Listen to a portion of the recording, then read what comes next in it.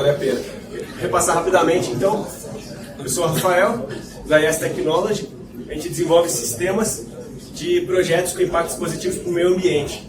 E nos nossos últimos projetos a gente escolheu a biblioteca Event Horizon para implementar soluções com CQRS e Event Sourcing em Go. Então, esses são os tópicos que eu vou estar falando hoje.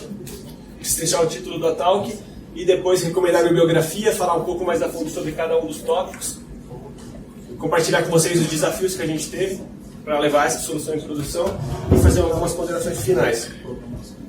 Então vamos lá, agora voltei onde eu estava, destrinchando o título da talk. A primeira parte ali, Event Horizon, o que é isso? Simplesmente um nome, o nome de uma biblioteca. Então não se preocupem com esse termo. É uma biblioteca escrita em Go e implementa uma solução de CQRS e Event Source. Aqui é a famosa foto do buraco negro. Por que eu coloquei? Porque se você for lá, beleza, Go Event Horizon, cara, infelizmente não é o primeiro que aparece. Você não vai achar essa biblioteca. Você vai achar um monte de coisa de buraco negro, porque Event Horizon é horizonte de evento, que é aquele perímetro onde a velocidade de escape de qualquer coisa fica maior que da luz, então nada escapa. Então você não vai achar o que você quer. Próximo, CQRS. Uma sigla do inglês. Command Query Responsibility Segregation. Tradução livre aí. Separação entre as responsabilidades de comando e queries. Escrita e leitura. É uma separação explícita. Então, se desde a concepção do seu sistema você faz essa separação a nível de modelagem, a nível até de banco de dados separados, você está utilizando o princípio de CQRS. Então, você separa bem, explicitamente, escrita e leitura, sendo escrita comandos e leituras queries. E a terceira parte do título, então a gente já falou Event Horizon, CQRS, por último Event Source. O que é Event Source? Paradigma de desenvolvimento de sistema que interage com dados, em que a fonte da verdade, a fonte única da verdade dos seus dados, está baseada numa sequência de eventos. Esse termo aqui, Single Source of Truth, é bem comum em material em inglês que fala de CQRS, em Event Source. E a tradução é essa, fonte única da verdade. É de teoria de sistema da informação. Então, quando você modela um sistema, normalmente você elege algum lugar para guardar a informação real, a informação válida, a fonte da verdade. E em sistemas com Event Sourcing, são os eventos que são a fonte da verdade. Então, é bem diferente de um sistema clássico. Supor que você tem aí um sisteminha com cadastro de usuários. Em sistema clássico, o que você faz? Eu quero alterar um e-mail do usuário. Você dá um update na tabela de usuários, altera ali o registro e altera o campinho do e-mail. Beleza, você alterou. A fonte da verdade no sistema tradicional é a tabela de usuários. Aqui não. A fonte da verdade é a tabela de eventos. Então, se você quer alterar o e-mail de um usuário, você adiciona um evento falando e-mail alterado, com o ID do usuário, um novo e-mail, e é ela que vale. Em caso de conflito, a informação na tabela de usuários está diferente do evento. Aqui o que vale é o evento. Não significa que a gente não pode ter as tabelas tradicionais de usuário e tudo mais, mas são apenas views. São visões computadas dos eventos. É ele que vale.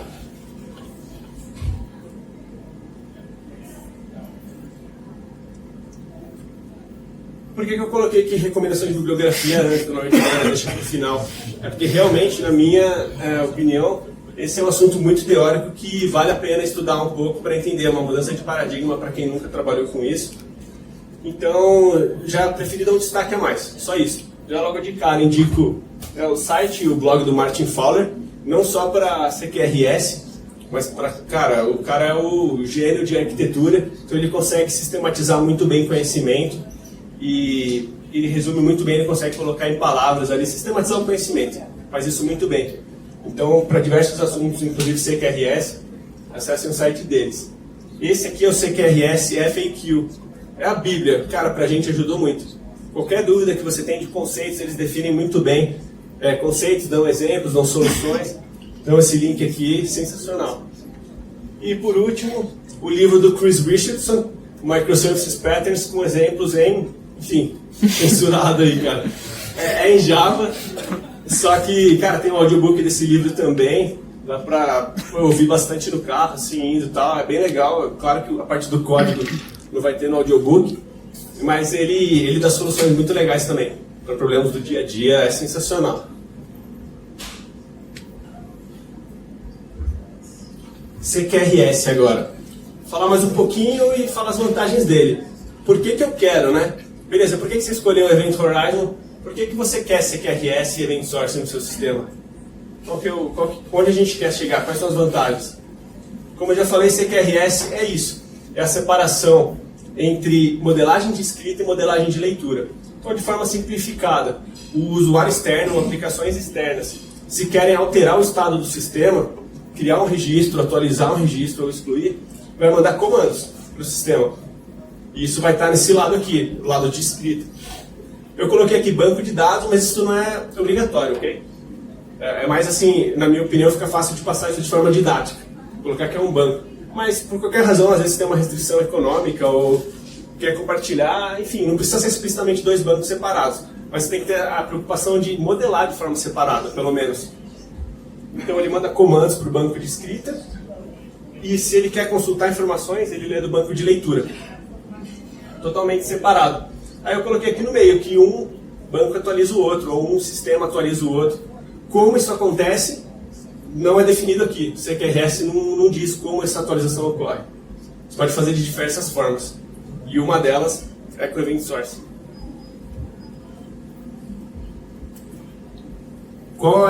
Quais são algumas das vantagens do CQRS?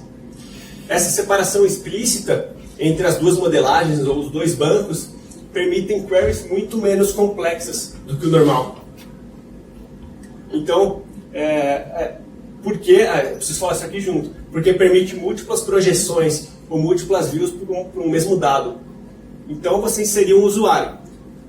Aqui eu estou falando de CQRS. As duas coisas elas trazem vantagem quando usadas em conjunto, mas não precisam estar juntas. Estou falando só CQRS, sem eventos. Vamos voltar para aquele exemplo de cadastro de usuários num sistema clássico.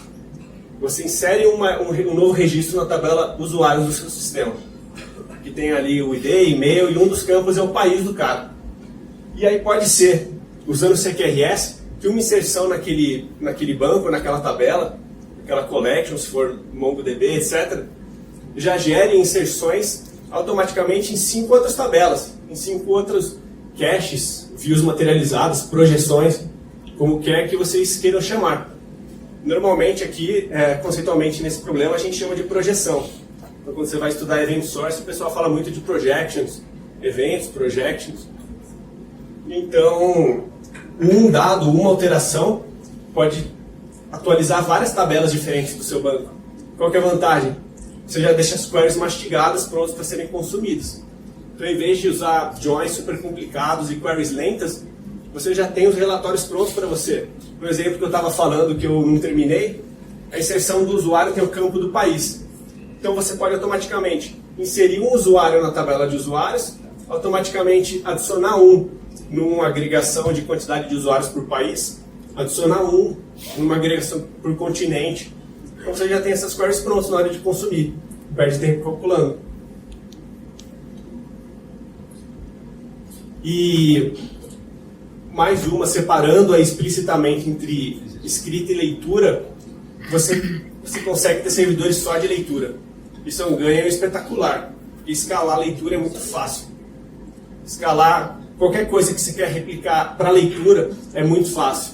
Você não tem que se preocupar com algoritmos de consenso, com eleições, com nada. Então escrita é mais complicado, escrita é muito fácil.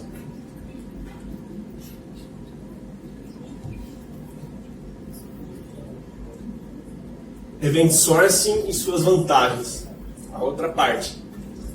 Principais. Isso você vai ver em qualquer lugar quando você for pesquisar o mínimo introdutório de Event Sourcing. Todas as alterações de dados ficam armazenadas na forma de eventos. Todas. Toda alteração de estado do seu sistema é um evento. Então você tem um log 100% confiável.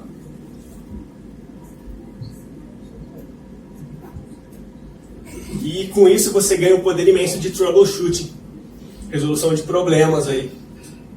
Você ganha esse poder de máquina do tempo. Esse é um termo que tem, se eu não me engano, na documentação até do React, com o Redux, para quem aí já mexeu também nessa parte de front-end. Eles usam isso na documentação, esse termo máquina do tempo, porque lá no front-end também O Redux é uma analogia muito bom para Event Sourcing, na verdade é uma implementação de Event Sourcing para o front-end. E é tudo baseado, eles chamam de Actions, se eu não me engano, aí quem souber depois complementa. Chamam de Actions, mas você consegue, com as ferramentas de desenvolvedor do navegador, ir para frente e para trás no tempo. Indo para frente em eventos ou escondendo. Então você está lá programando e usando, testando o sistema que você está fazendo. De repente você pode clicar na setinha ali, eu quero descartar os últimos 4 cliques que eu dei. Então você consegue testar várias coisas com esse poder de máquina do tempo. E a gente consegue trazer isso para o back-end. Então se você tem sistemas com event sourcing no back-end, você consegue fazer essa máquina do tempo, você consegue reproduzir bugs. Então você traz o estado do sistema em produção com problema para o seu local e replica, faz o replay de eventos. Você consegue ver o erro, o problema acontecendo ali na sua frente.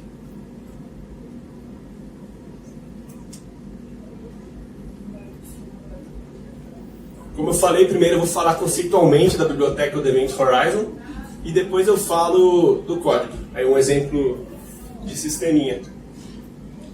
Eu fiz um gráfico assim primeiro para CQRS, que tinha separação entre os dois modelos de escrita e de leitura. Aqui é o fluxo da informação do Event Horizon, tem um paralelo com aquele. Usuários e aplicações externas continuam comunicando com o sistema da forma de comandos. Os comandos, se aceitos pela biblioteca do Event Horizon e pela sua implementação, seus métodos ali dentro que usam o framework do Event Horizon, esses comandos, então, quando validados, geram eventos. Eu vou definir melhor esses termos aí mais para frente, então, tranquilos. E esses eventos são disparados aí para os diversos consumidores de eventos, atualizando as projeções de leitura. Esse é o sentido da informação, não necessariamente quem inicia a ação. Usuários externos, normalmente, eles que vão pedir a informação, mas o fluxo da leitura acontece dessa forma, por meio de queries simples. Essa que é a sacada. Então, o usuário envia comandos, vai acontecer toda a parte ali dentro do Event Horizon, e você vai ter projeções já simples. Você só vai dar um select asterisco from, ou um find, sem muita complexidade se for usar um Mongo, um find. Então, você não vai ter joins malucos, você não vai ter nada. Vai estar pronto para você consumir.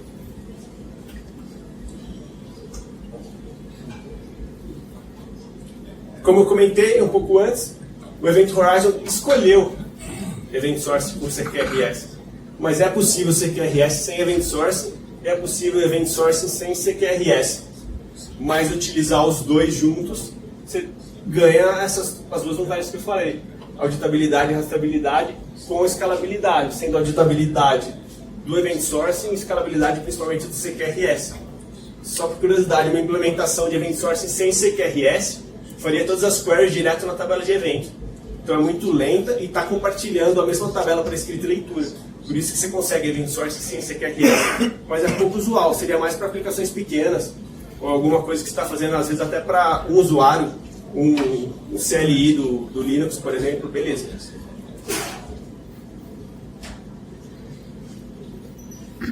Principais conceitos da biblioteca do Event Horizon. Na minha opinião, se vocês entenderem bem, esses 3 conceitos vocês já conseguem começar a ter resultados com a biblioteca. Vocês conseguem olhar para algum código, começar a dar manutenção neles e falar, beleza, eu entendo o que está acontecendo. Os 3 conceitos são esses: comandos, eventos e consumidores de eventos. Event handlers. Eu quis traduzir como consumidores de eventos, porque eu acho esquisito tratadores de eventos e tudo mais, mas no fundo é isso. Event handlers, os handlers são os consumidores. O que é? Desses 3, o primeiro é o comando. O que é isso? É uma solicitação que um usuário ou uma aplicação externa dá para... É uma solicitação de mudança de estado. Então, uma solicitação, lembra disso. Não é que ele dá uma ordem de mudança, é diferente de uma query, de um update. É uma solicitação que pode ser aceita ou não pelos seus processadores de comando. Caso sejam aceitas, emitem evento. A partir daí, é como se o comando tivesse sido promovido para um evento. Aí já era. Já é uma coisa que já aconteceu, já está no passado, nunca mais vai sair do seu sistema. É imutável, lembra que eu falei antes? Então, a partir desse momento, você vai ter que conviver com aquela informação no banco para sempre. Para o bem e para o mal. E aqui começa alguma das limitações. Tem vários ganhos utilizar essa biblioteca, mas tem que saber trabalhar também com os pontos de dificuldade. A primeira, quando você usa CQRS, o seu modelo de escrita é separado do modelo de leitura. Então, quando você vai fazer, por exemplo, um insert de um registro, uma coisa bem básica, às vezes você tem que fazer uma validação de uma constraint. O e-mail não pode ser duplicado, o e-mail CPF do usuário não pode ser duplicado. Você não tem acesso a isso nesse ponto de validação do comando, porque os processadores de comando ele tem acesso apenas ao próprio registro que você está trabalhando. Aqui ele chama de agregado. Ele traz bastante da terminologia com base no DDD mesmo, do Eric Evans, do livro do Domain Driven Design. Então, o pessoal ali da Loop Lab, que fez a biblioteca, eles dão consultoria também de DDD, então acabou misturando as terminologias ali. CQRS, Event Sourcing, DDD. Então, tem acesso limitado, mas dá pra gente passar por essa limitação de uma forma que é um pouco mais complexa, mas que resolve o problema. Próximo conceito, eventos. Como eu comentei, eventos são fatos que já ocorreram. Então já era, não adianta. Não, esse seria um usuário errado, eu quero apagar ele dali. Não, já foi. Como que você faz? Eles são imutáveis, então você corrige um evento por meio de ações reversas. Então, você colocou um evento ali de usuário inserido, coloca outro de usuário excluído. Na verdade, os dois vão ficar ali para sempre. Os dois eventos com os dados do usuário. O dado do usuário vai estar no seu banco de eventos, mas as projeções vão serem atualizadas corretamente. E o terceiro dos conceitos que eu considero os mais importantes são os consumidores de eventos, os event handlers. Eles vão se inscrever, enfim, aqui eu não estou falando de qual forma de implementação, mas eles vão receber essas notificações de todos os eventos que acontecem no seu sistema. Eventos, não comandos. Comandos que eu comentei do primeiro, se eles forem negados, nem são armazenados no seu banco, na camada de persistência. São só solicitações. Mas os consumidores de eventos, quando receberem qualquer mudança, já vão fazer o que eles quiserem com esse evento. Normalmente isso é atualizar uma projeção, atualizar uma view, deixar os dados das queries prontos para serem consumidos de forma simplificada pelos usuários que querem fazer leitura via queries. Esses caras também podem realizar efeitos colaterais diversos. Por exemplo, um consumidor de evento pode ficar lendo usuários cadastrados quando ele perceber um evento, disparar um e-mail de boas-vindas para o usuário, por exemplo. Então, o envio de e-mail seria um papel do consumidor. E essa é a parte um pouco mais interessante para quem nunca trabalhou com isso. É uma novidade, que são as sagas. Para quem já trabalhou com sistemas distribuídos e microserviços já tem mais familiaridade. Mas o que é isso? Um consumidor de evento pode ler um evento, pode ler ali o usuário cadastrado e disparar novos comandos para a mesma aplicação como forma de reagir a ela e dar continuidade a algum processo. E isso vocês vão ver num exemplo mais prático logo em breve. Aí lógico que tem uma cola, né? Tem uma cola que junta todos os componentes. Eu falei os três que são os principais, na minha opinião, mas tem que estão em negrito. Mas tem os componentes para fazer funcionar todo o fluxo de informação. Então um usuário, uma aplicação externa manda comandos, os comandos por meio do command bus chega nos command handlers, que são os métodos que você programa, que valida se os comandos, enfim, são aceitos ou não. Nos próprios command handlers você chama um método que armazena o evento, armazena como evento aquele comando. Você cria, na verdade, um evento dentro do command handler. E aí você chegou em eventos. Os eventos, primeira coisa que acontece, são armazenados de forma definitiva para alguma camada de persistência que está abstraída aqui dentro do Event Store. E aí, só depois que está garantido que foi armazenado de forma definitiva, que via Event Bus é encaminhado para todos os consumidores de eventos, os Event Handlers. Então aí você tem o ciclo completo. E esse último cara já faz as atualizações. Então isso aqui, esse fluxo, é a biblioteca do Event Horizon. Agora talvez fique mais claro ou não, mais confuso. É difícil mostrar um código legal aqui.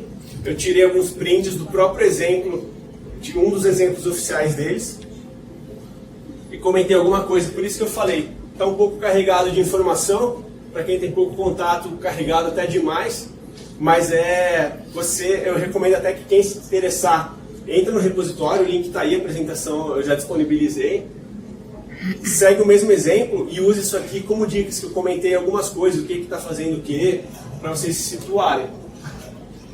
Ó, cara, pra gente, quando a gente começou a procurar uma biblioteca legal para trabalhar com CQRS e Event Sourcing em Go, a gente achou umas 2, 3, sendo que essa tinha mais features, a gente escolheu ir nela, estudamos mais a fundo, mas olhamos as outras também, eu nem me recordo o nome delas.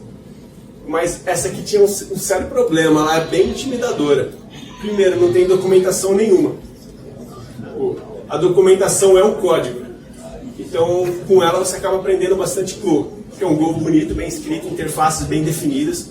Realmente os caras fizeram um ótimo trabalho. Mas eles fizeram deu a entender que é uma biblioteca que eles fizeram para uso interno e abriram.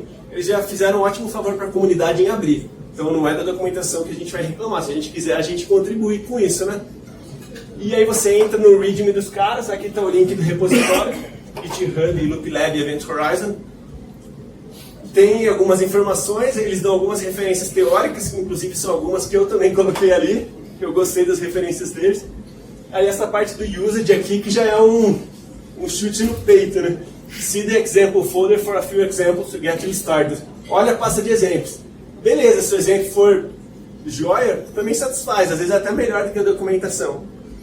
Só que aí você entra na pasta exemplo, você não acha um arquivo tipo start here ou exemplo main, você não sabe nem por onde começar. Tem 2 exemplos ali. Um deles, você tenta rodar na máquina local, você vê que não consegue porque depende de softwares, pelo menos na minha versão do Debian nem existe mais, coisa bem antiga. Mas o outro funcionou. E é esse exemplo que eu vou usar, que é o do guest list, lista de convidados. Eu acho que quem quiser dar uma explorada nessa biblioteca, só esse slide aqui vai ser um dos principais, que vai economizar aí talvez horas, se der sorte, minutos de pesquisa de vocês. Esse é o arquivo, que vocês têm que começar por ele. mongodb-test.go. Esse, imagina que é o index.html. É aí. Então o nome é bem esquisito. Então, examples /guestlist /mongodb test. Eu até entendo o que eles fizeram, por que está assim. Porque, além de ser um exemplo, é também um teste unitário da biblioteca deles. Então, eles juntaram as duas coisas, não quiseram fazer um exemplo à parte. Então, começa por aqui, e inclusive essa pasta só tem 2 arquivos, mongodb.go e mongodbtest.go. E no arquivo mongodb.go, o que tem? Só pack de MongoDB. Não tem nada. Não é um pacote, é só realmente um teste para ser rodado. Mas é assim, é bem legal. Ó, então, essa aqui eu não consegui rodar, se vocês conseguirem, avisa a gente lá no Slack. Assim, o exemplo do código dá pra ver, estou exagerando um pouquinho, mas aqui você quer ver o negócio funcionando ali também, mas a parte do código tá bem escrita. Então aqui MongoDB, aí por que eles fizeram isso também de rodar o MongoDB test?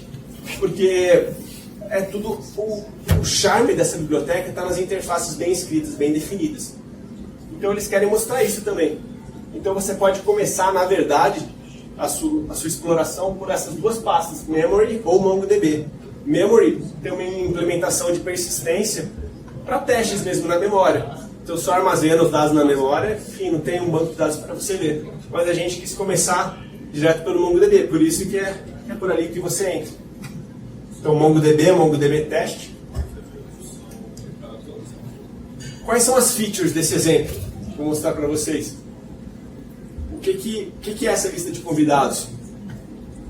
É um sisteminha simples que possui 6 comandos. Criar convite, aceitar convite, declinar convite, confirmar convite e proibir convite.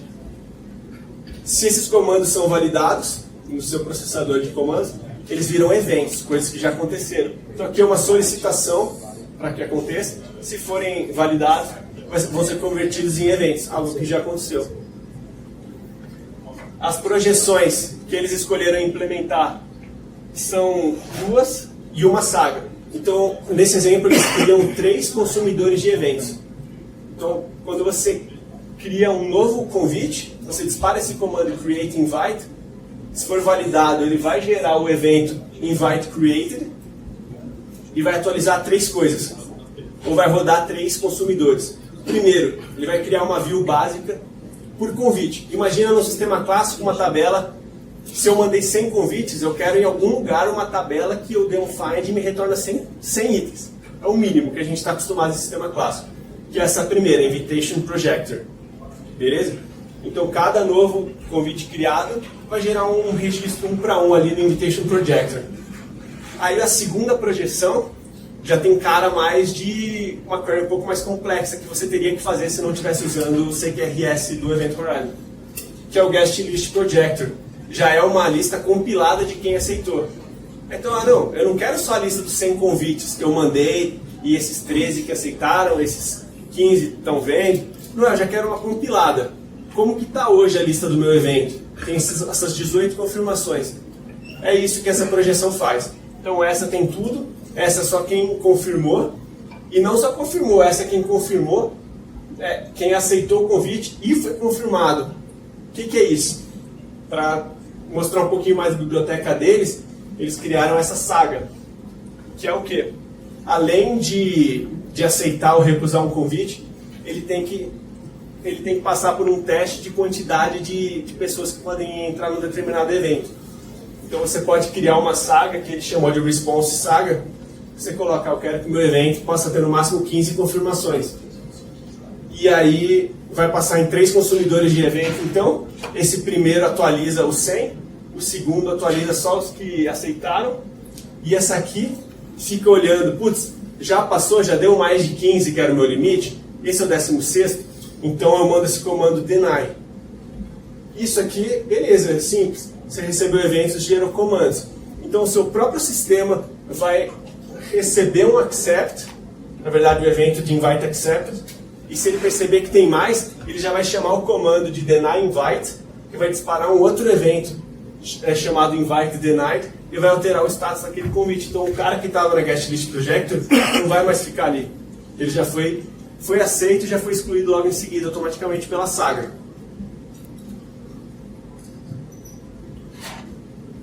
Aqui o header, então como eu falei, esse é o arquivo principal mesmo, é ele que você vai usar como base. No header ali dele dos imports, eu dei ênfase só para mostrar que no teste dele ele está usando o Event Bus local. O Event Bus é um dos componentes que eu passei batido ali, que na verdade só faz o papel de pegar um evento e garantir que todos os consumidores recebam. Na minha opinião, é um detalhe de implementação, um pouco de info. Enfim, você pode usar o que você quiser aqui. Ele usa na memória. É um local ali que usa Go Channels e tal, no mesmo processo, não na memória, mas no mesmo processo da aplicação. Mas em produção a gente não faz sentido usar isso, beleza? Em produção ele tem algumas implementações que ele fala no GitHub, que é Kafka para Event Bus, Google Cloud PubSub, e não tinha AWS e a gente precisava. Então, as interfaces são bem feitas, a gente implementou a AWS usando SNS e SQS. E funcionou bem legal. E para Event Store, ele já tem a implementação oficial deles para MongoDB, que é o que a gente usa mesmo. Então aqui no teste dele está rodando Event Bus local e o Event Store está salvando no MongoDB. Continuando nesse arquivo aí, principal. Eu vou passar aqui rápida mais para a documentação, para depois vocês tirarem dúvida de cada parte do código que está fazendo. Mas ele só inicializa coisas que para mim eu acho que são sem graça. Essa parte aí mais de info, que vai ser uma vez que você vai configurar para o seu sistema. Depois para cada parte do domínio, para cada regra de negócio, você vai reaproveitar mesmo, provavelmente. Enfim, depende de como você se organiza. Mas você inicializa o Event Store usando o Mongo, sendo que você poderia usar o Event Store na memória ou outros tipos de implementação. Ele tem implementação oficial para o DynamoDB também, da AWS, para persistir eventos. Bem legal. Depois ele inicializa o Event Bus na memória, que eu falei que não é o... Provavelmente você não vai querer usar isso em produção, vai usar algum dos outros oficiais ou criar o seu. Depois inicializa o Command Bus. Também sem graça. Parte legal mesmo que tem valor para o seu domínio é aqui, quando ele chama o domain.setup. Essa é a forma como ele estrutura os projetos dele. Enfim, a gente seguiu em partes, mudamos algumas coisas. vocês vão criar seus próprios padrões, que já discutiram na talk anterior ali, né? Cada um do seu jeito. Mas aqui que tem o valor, que é onde você começa a definir os comandos da sua aplicação, os eventos, quais são os consumidores de eventos e o que eles vão fazer. Quais views eles vão gerar, quais ações eles vão tomar. E isso está num package separado. Por quê? Para você poder reaproveitar esse index aqui, esse MongoDB test, que você vai chamar de qualquer coisa, main.go provavelmente, e vai chamar o domain.setup para cada negócio de um jeito diferente. Seguindo o arquivo mongodbtest.go, depois de chamar o setup que configura realmente o domínio, ele agora simula a parte de interação, simulando que é um usuário disparando um comando para ele está usando a biblioteca de fato. Então, é assim que você manda um comando para o Event Horizon, para o seu domínio. Command bus.handle command, e você passa um comando. Um comando é simplesmente um struct. Um struct do Go é simplesmente uma estrutura de dados que contém todos os dados do seu comando. É só isso. E como é um modelo de leitura, ele é muito simplificado, ele não retorna nada. No máximo um erro. Então um erro ou nil. Então você não consegue, por exemplo, enviar um comando de inserção de algum usuário e já ter como retorno o registro do usuário completo, que é o que a gente está acostumado em sistemas clássicos. Beleza? Então aqui nesse exemplo ele está criando 4 convites. Ou solicitando que sejam criados 4 convites, né? Que eu falei bastante de solicitação, comando. O método que processa os comandos vai validar se essa struct é válida, se passa pelo mínimo das validações que ele tem, como validar com base naquele escopo que eu falei antes, que é do próprio agregado. E, cara, isso aqui é uma outra implementação que a gente fez também, que pra gente ajudou demais. Ele, no exemplo aqui do MongoDB Test, ele dá um sleep de 100 milissegundos para guardar a consistência eventual, ou simular. Isso é um problema, acabei passando batido, mas quem está acostumado a trabalhar com sistemas distribuídos, microserviços, enfim, qualquer tipo de sistema distribuído, já está acostumado a trabalhar com consistência eventual. O que é esse problema da consistência eventual? Você sabe que a informação vai chegar. Provavelmente a informação vai chegar em todos os lugares, mas pode demorar. A consistência eventual não fala quanto tempo, isso não é importante. Esse conceito é mais teórico. Pode ser que demore um microsegundo para todo mundo se sincronizar. Pode ser que demore 1 milissegundo, 1 segundo, 1 hora, 1 dia, 1 ano, não importa. Então você não pode assumir, vou esperar aqui 1 minuto que todos os microserviços vão estar sincronizados. Falei microserviço porque tem a ver com o sistema distribuído, não é o caso aqui. Mas mesmo as projeções, você não consegue garantir quanto tempo cada cada event render demora para chegar no último estado. Não tem como garantir isso. Então aqui ele simula isso de uma forma bem grosseira. É simples mesmo, só para mostrar funcionando. Ele dá um sleep de 100 milissegundos. Funciona no teste dele, mas no nosso caso, se a gente fosse fazer isso para cada teste, colocar um sleep ali de 100 milissegundos, você tem 100 testes e já gasta 10 segundos. E toda hora que você está trabalhando com DDD, mexeu alguma coisa, vai rodar o teste, demora 10 segundos, você dobra o número de testes, vai para 20, assim fica inviável. Eu não sei vocês, mas com DDD, cara, você quer que seu teste rode rapidão. Bom, 1 segundo, 2, alguma coisa que não te incomode. E mudar de aba do terminal, rodar os testes e voltar. Então, a gente fez, além da implementação de Event Bus da AWS usando a CNS SQS, a gente fez também uma implementação local para testes que guarda, ela fica monitorando se todos os eventos foram processados pelos handlers. E aí, quando termina de processar o último, ela já sai do bloco dela. Então, a gente só chama command bus.wait for event or consistency ou qualquer coisa assim. E aí é bem melhor, porque normalmente não demora 100. Vai demorar bem menos. Na real, né? Ele colocou 100 para ter uma margem boa. Então fica rapidão. Aí a gente consegue rodar os testes e fica bem legal.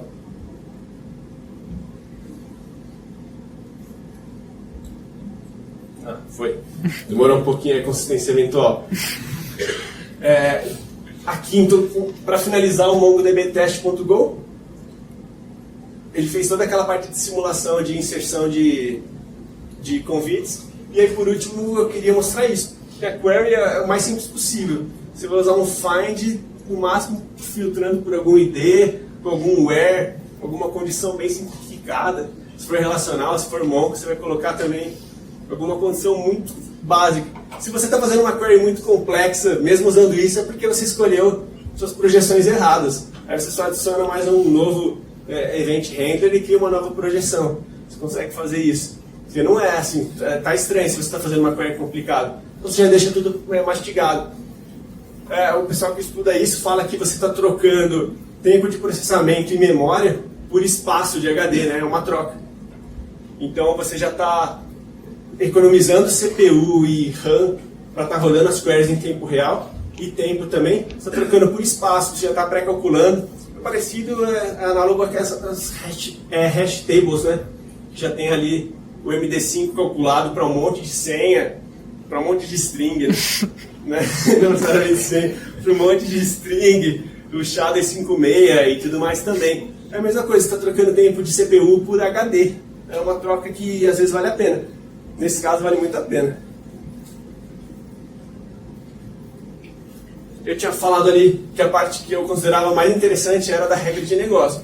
Que o resto ali você faz uma vez e, cara, assim, beleza, você vai gastar um tempinho, mas depois que está pronto, está pronto.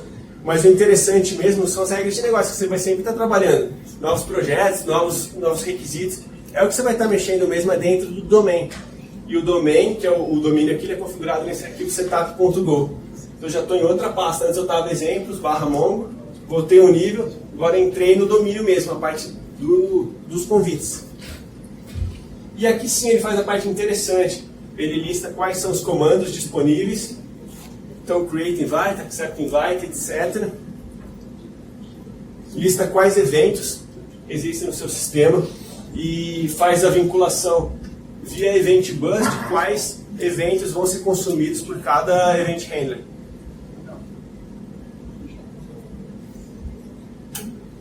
Peraí, vou voltar no slide anterior.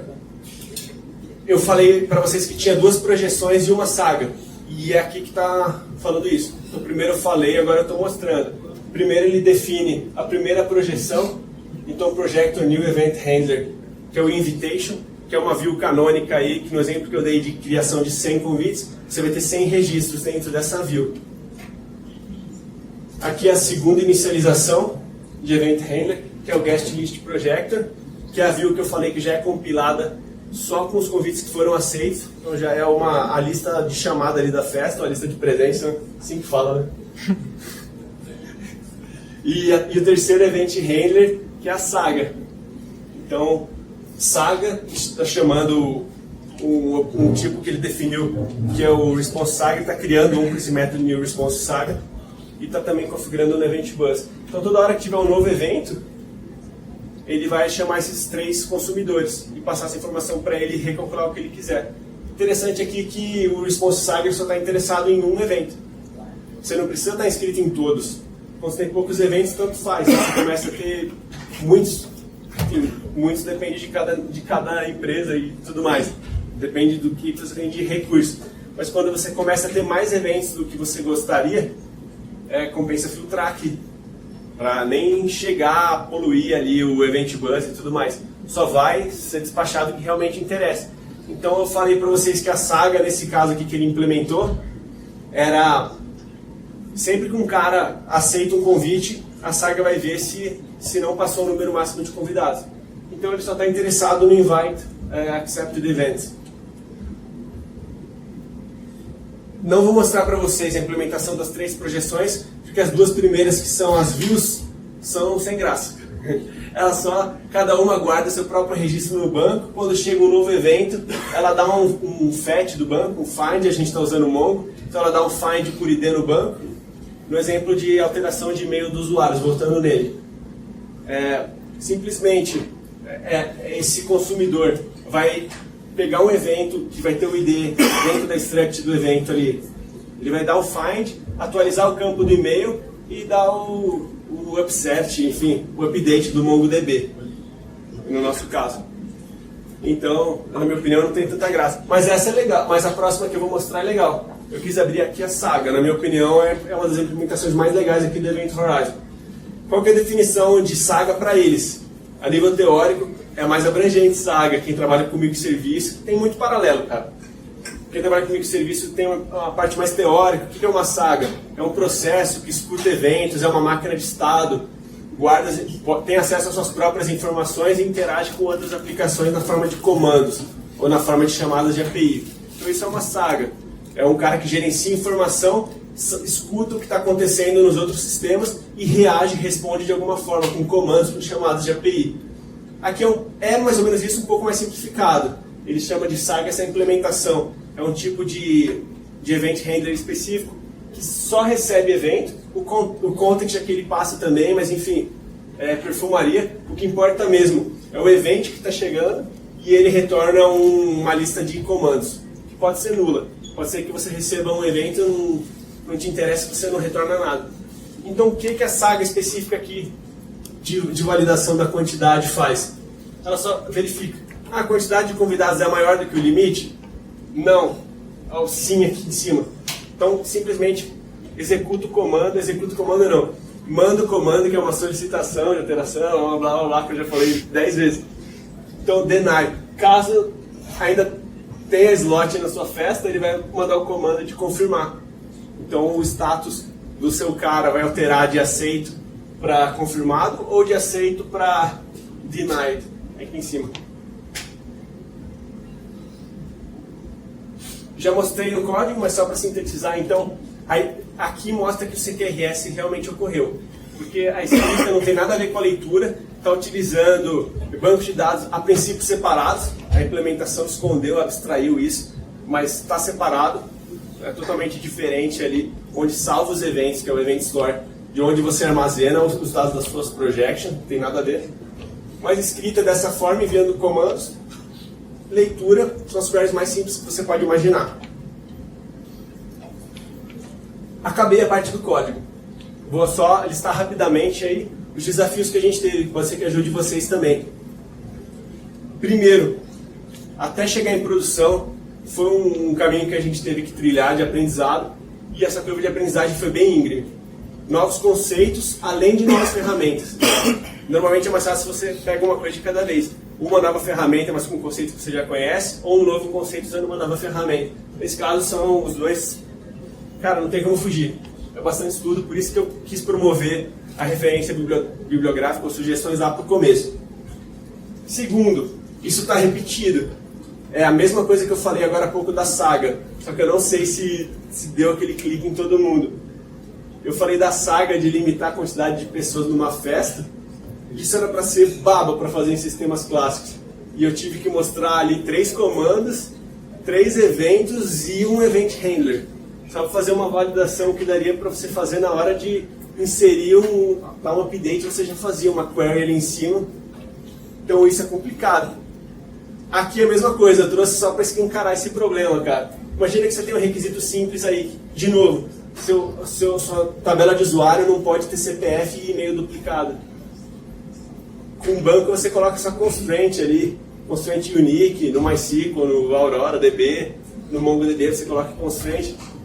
Aqui não tem como você colocar constraint, porque é uma tabela de eventos, uma tabela que vai armazenar dados sobre vários agregados e vários eventos diferentes. Você não tem como proibir CPF duplicado, nem faz sentido falar sobre isso dentro de uma tabela ou de uma collection de eventos. Não faz sentido. Então você tem que fazer a mesma coisa. Para validar isso aqui, você teria que ter ou uma saga que faz as 2 validações, ou 2 sagas, e pelo menos 3 comandos e 3 eventos. Então, na hora de alterar um e-mail, não é e-mail update, que seria o seu evento. Seria um e-mail update requested, aí cai na saga, a saga valida. Beleza, o e-mail que o cara escolheu é duplicado? Não. Então, envia um comando succeed email update, ou fail email update. Então, cara, para fazer um unique, é um baita obstáculo.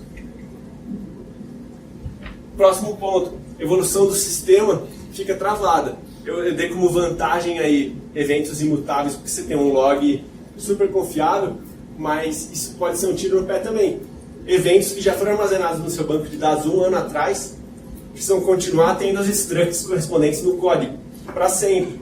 Porque isso aí vai ser carregado da memória, vai ser convertido em structs, em dados, para ser processado pela biblioteca. Então você tem que cuidar dessa evolução. Tem maneiras de minimizar isso. snapshots ou usar formato de serialização que já permite versionar, como protocol buffers. Quem quiser depois, enfim, a gente conversa mais sobre isso. Outro problema grave que pode acontecer, defasagem entre as projeções. Porque a fonte da verdade são os eventos. E supondo que você tenha, por exemplo, 5 event handlers, consumidores de eventos, e um deles, por qualquer razão, não atualizou. O que você faz? Quer dizer, quais são as causas disso? Ou você pode ter erro ao publicar eventos, ou bug ao processar os eventos. As duas coisas vão causar projeções defasadas. Então você tem que ter soluções e medidas para contornar isso.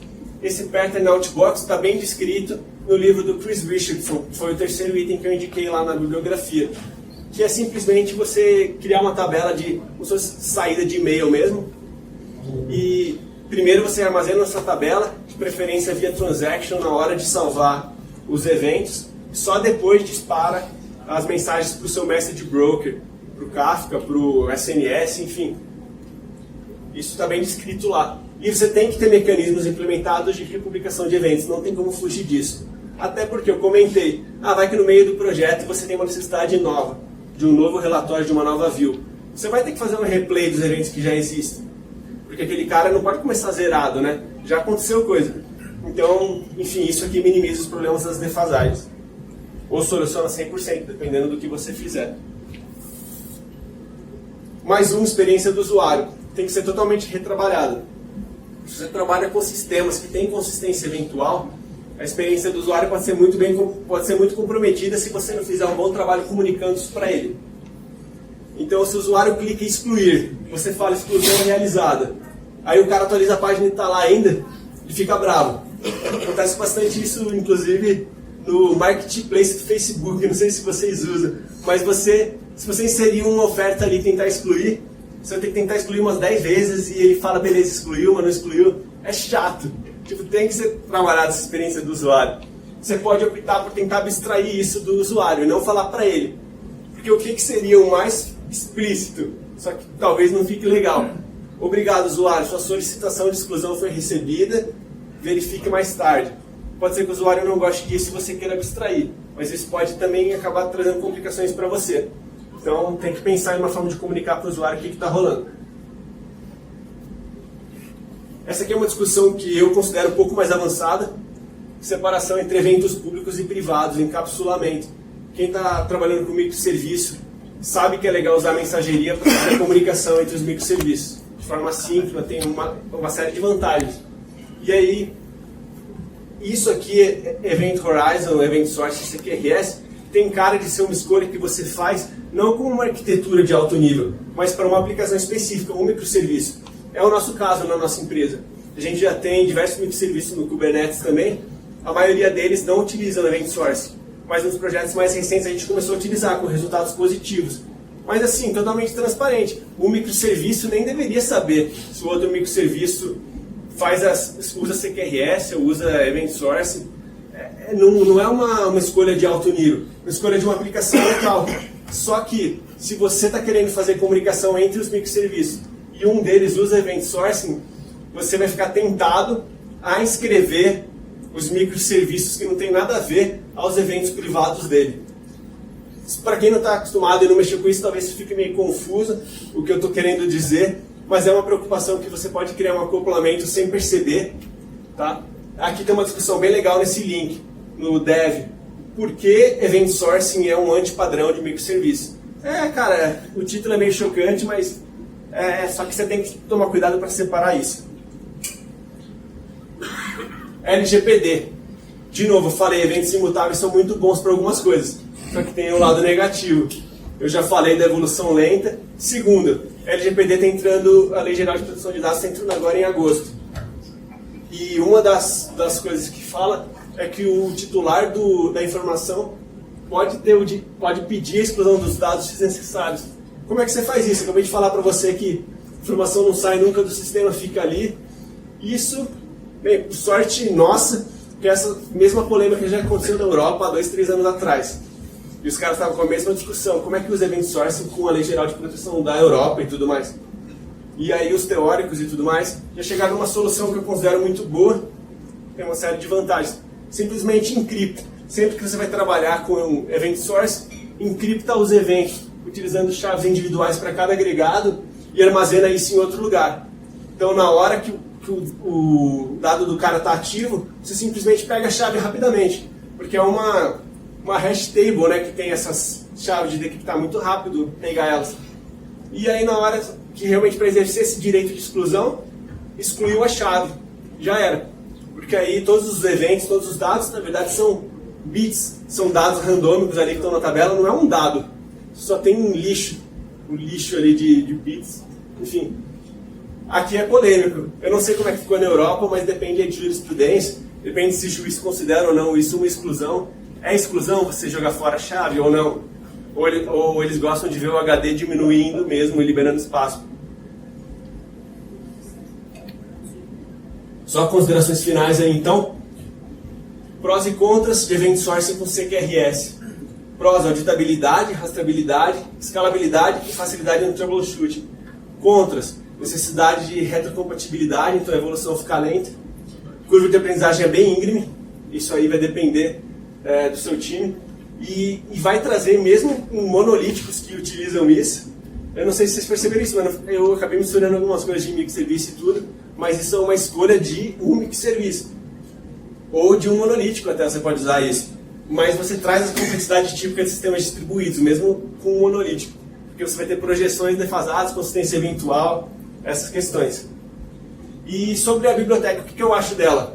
Biblioteca bem escrita, você aprende bastante coisa legal de Go, vê um Go bem escrito lá, fornece as funcionalidades essenciais que a gente precisa, então a gente está trabalhando com bastante satisfação em produção, enfim, vários projetos atrás, e ela é tão bem escrita que funcionalidades adicionais podem ser facilmente implementadas. Inclusive, eu comentei com vocês que a gente fez isso.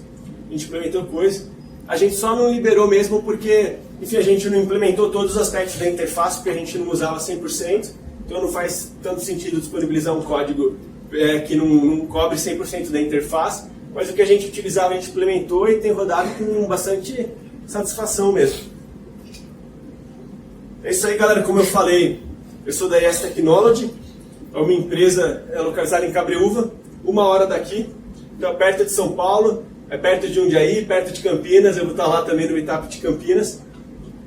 Enfim, está num local bem legal. Qualidade de vida de interior.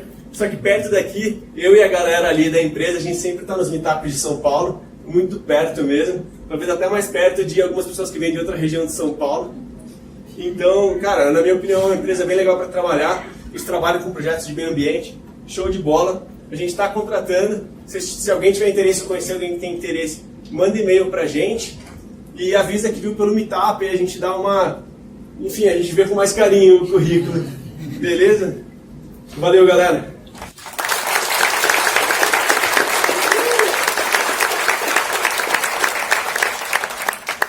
Aí estou aberto para dúvidas aí, não sei como é que está a questão de horário também. Francisco. Bora. Boa. Cara, primeiro eu sou o Gabriel aqui da Samap, a gente está criando um banco digital do zero, a gente está usando essa QRS para a parte principal, que é a parte de ledger, controlar dinheiro. Dinheiro veio, dinheiro foi. Então, boa parte dos problemas que vocês passaram lá, a gente passou também, a gente viu que não é tão fácil quanto parece no papel pela primeira vez. Na parte de eventos, uma das coisas que a gente mais sofreu foi o seguinte: você falou que eventos eles deveriam ser imutáveis, né? Na verdade, deveriam ser, mas a realidade é imutável, a realidade muda sempre, então o evento ele vai mudar também. E o que a gente percebeu foi que a gente acaba tendo um registro de todas as decisões ruins de design que a gente teve ao redor do tempo. E uma das coisas que a gente está usando na biblioteca, a gente usa Elixir aqui, a gente usa uma biblioteca chamada Commanded, que é bem parecida com essa, mas eles têm um conceito bem legal, que é um conceito de migration runtime para evento. Então o evento tem uma versão antiga, você vai processar dentro de um aggregate, e aí você consegue fazer uma migration para passar ele para a versão nova. Então foi uma coisa que mudou bastante para a gente se sente um pouco mais tranquilo de implementar a decisão de mudança de evento. Mas eu queria te perguntar como é que você garante escalabilidade nisso tudo, porque você tem, por exemplo, um agregado ali cuidando de uma parte do seu sistema como um todo, e aí de repente você coloca um outro nó desse serviço Go rodando em um outro servidor, e só que aí você quais são espalhados, para um lado, para o outro, para o outro. Como é que você garante que você tem escalabilidade sem você conflitar e de repente quebrar os seus eventos. Você está preocupado principalmente com a parte da escrita, eu imagino. Exatamente. A parte da leitura realmente é um problema fácil de resolver. Exato, porque, só tirar um pouco de contexto, no Elixir a gente é um pouco até mais fácil porque tem um registro global de processo e um agregado tem um registro único em todos os nós que estão rodando, é um sistema distribuído mesmo. Agora em Go, não sei como é que vocês resolveriam isso. Cara, na verdade, a gente está utilizando a implementação de Mongo e a maior parte das coisas que eu vou falar está relacionado com o Mongo, está limitado pela escalabilidade escrita do Mongo. Como que é feito? Simplesmente a quantidade de informações que você tem acesso, o escopo é bem ilimitado. Você tem acesso ao mínimo do agregado mesmo para poder estar validando o comando. E aí, se você tem diversas réplicas rodando ali em paralelo do microserviço mesmo, que é o que a gente tem lá no nosso caso, simplesmente, enfim, é um upsert, já que o where já tem o ID e a versão. Se tiver uma versão repetida, ele simplesmente vai dar erro na hora do comando. Porque quando ele tenta salvar o evento e ele verifica que ele já não está na versão correta, que não é o próximo da fila, o próprio Mongo vai descartar, porque vai dar um erro no upsert, ele não vai achar o registro. É um lock otimista. Isso aí, lock otimista. A implementação é essa do Mongo. E, enfim, aí não garante escalabilidade mesmo de escrita, tanto que eu nem falei sobre isso ali, né? Eu quis pular essa parte porque é meio... eu não conseguiria justificar nada sobre isso aqui. Então, no fim, o estado do aggregation ele fica no banco. O estado do aggregate, ele é sempre puxado do banco na hora da escrita. Então, dentro desse modelo do Event Horizon, de CQRS, como ele fez a separação, foi a seguinte: escrita, você escreve na tabela eventos, só que você lê da tabela eventos antes de escrever na tabela eventos. Então é uma escolha. CQRS, no geral, é uma separação de modelagem, não significa que você não pode ler nada, né, na hora de você escrever. A escolha que eles fazem, então, é ler, sim, do banco todos os eventos daquele aggregate. E como que ele faz para isso também não ficar com uma performance ruim? Nessa implementação dele, na collection de events, já sendo bem específico na implementação, a collection de events, ela vai ter diversos documentos, um para cada agregado, e os eventos estão armazenados dentro de um array do agregado. Então, o que ele faz? Na hora de escrever, ele só dá um find pelo ID do agregado, já traz com ele todas as informações do agregado, inclusive os N eventos dele. Aí ele reaplica na memória, ele dá os apply events na memória, e enfim, aí você já tem o último estado atual do agregado para poder fazer as validações e escreve se necessário, se bater a versão da versão com o lock otimista. Como você faz quando tem muito evento para reconstruir? Sei lá, tem 1 milhão de eventos. Você não pode ficar extremamente lento na hora de reconstruir isso? Com certeza. O Chris Richardson, do livro do Microsoft Expert, cara, dei uma olhada nesse livro, realmente é bem legal. Ele dá algumas soluções sobre isso. Não tem jeito, você pode criar eventos especiais que já carregam lotes de eventos. Você pode criar um outro evento, né, que agrega informações de, sei lá, 100 eventos. Você tem que implementar. Snapshot você tem que implementar. Migrations, eu sugeri ali o Protocol Buffers ou alguma outra coisa que também dá para fazer algum tipo de desviar, mas você consegue fazer isso também. Não está implementado, mas é fácil de fazer. Migration. Mas mesmo com Migration, você está levando esse lixo com você. Porque, enfim, migração ela vai ter que estar sempre ali. Exato. Você só muda onde está no código, né? Se está no command render esse lixo ou se está num método de migration. Na migration só isola um pouquinho mais, né? Mas na sua pergunta, o que a gente usa o Elixir, a vantagem de usar o Elixir para essa parte do domínio que demanda o CQRS com Event Source, o bom é que a gente tem processos em Elixir, né? Então um aggregate, um agregado no Elixir, ele é um processo que está sempre exagerado, mas ele está rodando enquanto você quiser que ele rode. Então, por exemplo, quando eu vou enviar um comando, o comando vai para esse processo que representa o aggregate root, e lá você tem um estado. Esse estado deveria ser exatamente o mesmo estado que replace todos os eventos. Então você não precisa ler tudo de novo. Você tem que ler de novo quando? Quando de repente eu fiz um deploy novo da minha aplicação, subi tudo do zero e eu tenho que começar a criar os processos do zero. Aí ele tem que ler tudo de novo, mas o command também tem suporte a snapshot do zero. Legal. E um lance legal desse aggregation é que eles também não têm lifespan. Então, por exemplo, eu falo assim, esse aggregation representa uma conta. Aí ela está recebendo transações. Se ela ficar 2 horas idle, mata esse processo porque não vale a pena ficar gastando memória para ter esse processo ativo. Senão você vai ter todos os processos de todos os registros que já foram escritos no seu sistema. Exatamente. De certa forma tem uma analogia com aqui, porque, enfim, depois que é carregado da memória, ele já tem aquela informação. armazenada ali. Você pode usar por quanto tempo você quiser. Você não precisa fazer a leitura no banco de novo. Inclusive, você pode, por causa da trava otimista, tentar utilizar o mesmo. Caso dê erro de versão, você faz o find de novo e atualiza. Exato. Então, isso tem esse paralelo. E relacionado com isso, eu queria perguntar a questão das projeções. Eu vi que eles são armazenados em memória ali. Estava armazenando numa hash, por exemplo. Como que eu armazeno essas projeções no banco, no grid model, no banco? Na verdade, é só aquele MongoDB teste, né? Certo. E aí ele está armazenando na memória. Acho que até naquele exemplo, se eu não me engano, não é não, porque o exemplo ali, o repo é do Mongo. Não, aquele exemplo não era na memória. Não a projeção, mas na verdade a saga, para saber quantos carinhas que eu já cadastrei. Então ele tem uma hash table, depois ele conta quantas keys eu tenho naquela hash table, né? Eu vi que ele usa um lock lá para evitar concorrência. Esse exemplo, beleza, você chegou no ponto legal. Esse exemplo é péssimo para produção, essa parte da saga. A gente usa várias sagas nos nossos projetos. Enfim, realmente não tem nada a ver com aquilo. Porque se você escala e você tem 2, 3 processos do Go, já quebra aquela saga. Então aquilo ali é só para um teste local, mas tanto que ele tá. Só o fato de ele estar usando um command bus da memória já mostra que aquilo não é sério, é didático. Beleza? Então essa consideração faz todo sentido. Quando a gente trabalha, as nossas sagas a gente armazena onde a gente quer. Normalmente a gente usa o MongoDB para guardar esse estado dela. E aí você usa lock para evitar concorrência, atualizações concorrentes. Lock no banco. No banco. Isso. A gente usa lock no banco. A versão que a gente está utilizando do Mongo, infelizmente, não tem transactions. Então a gente está usando a de um ano e meio ou 2 para trás. E não ganhou essa coisa nova aí das transações e tudo mais. Teria ajudado a gente em algumas coisas. Mas beleza, a gente fez a nível lógico e show de bola, funcionou legal. Eu trabalho com Git também, na mesma aplicação que a gente está construindo junto.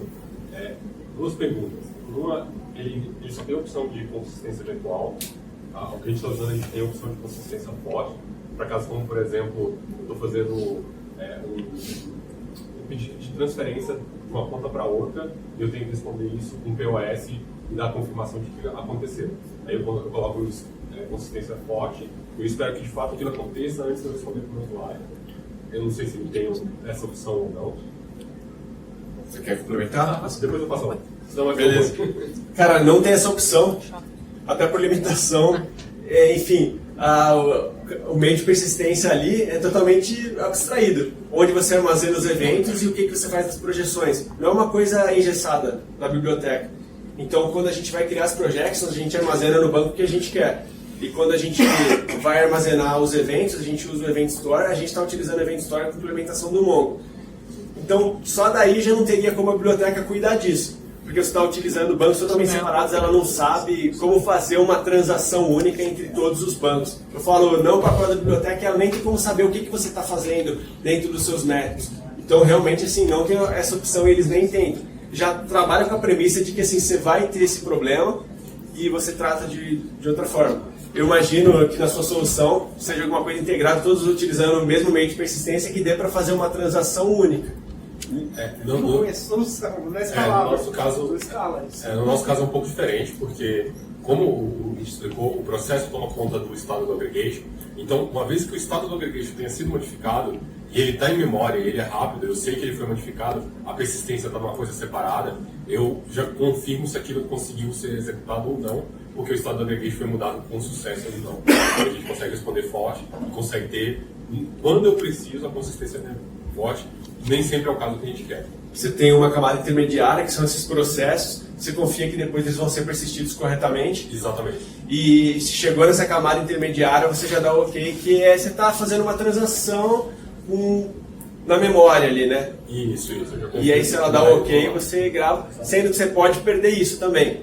Posso perder, você pode perder sem a persistência. A hora que eu tentar recuperar aquele aggregation, ele fala, não tem ninguém aqui em memória, nenhum nosso que eu tenho isso aqui em memória, ele vai lá e executa os eventos todos e obtém um estado para executar tudo. Não, beleza, eu entendi. Eu acho que a diferença é essa mesmo, porque vocês estão trabalhando de uma forma homogênea. Vocês estão usando meios que permitem essa transação, vou colocar assim, de forma única. Aqui, realmente, um dos meus event handlers poderia até chamar o seu processo, né? Aqui dentro, de alguma forma. Então, a parte do Event Horizon mesmo, acho que seria impossível lhe dar esse tipo de garantia, né? Sim, acho que sim. Tem um outro ponto, e até uma pergunta se isso se você, na sua visão, é um anti-pattern, e a gente esbarrou bastante nisso. Quando eu vou fazer uma transferência de uma conta para outra, eu primeiro preciso saber, por exemplo, se aquela conta existe. Então eu tenho que saber se aquele aggregation ou o estado daquela conta existe, ela está aberta para ser transferida ou não. Você acha que consultar o estado antes de eu mandar qualquer comando é um anti-pattern ou não? Ah, beleza. Essa questão aí... Cara, primeiro, desculpa, não sei como é que tá o nível do pessoal aí, se tá sendo perguntas muito avançadas. O tempo já deu, né? Já deu tempo também. Enfim, quem tiver dúvida, eu vou falar um pouquinho sobre isso. Mas quem tiver, bem rápido, Francisco, mas quem tiver dúvida básica também, porque eu tinha um pouco de receio de esse papo um pouco mais avançado intimidar quem não está acostumado. E aí porque eu sei que vai vir algumas perguntas mais básicas também. Né? Às vezes pessoa que nunca mexeu, mas todos os assuntos que vocês... Cara, mas assim, eu não acho que é um anti-pattern, porque como tem várias discussões do Greg Young falando sobre CQRS, eles já chegaram num consenso de que é uma escolha local mesmo, essa coisa de CQRS ou não. É a separação de modelos de escrita e leitura. Se seu modelo de escrita exige que você tenha alguma informação de algum estado, faz parte do modelo dele. Enfim, o modelo dele tem que ser reduzido e otimizado para isso. Você vai perder parte da escalabilidade e tudo mais, você tem que conflitar um estado antes de escrever. Mas, cara, faz parte do seu modelo, você explicitou isso. CQRS é uma coisa que, enfim, é só um nome, cara. Agora você usa o que é bom para você, né? Então, depois a gente faz mais perguntas, senão a gente manda os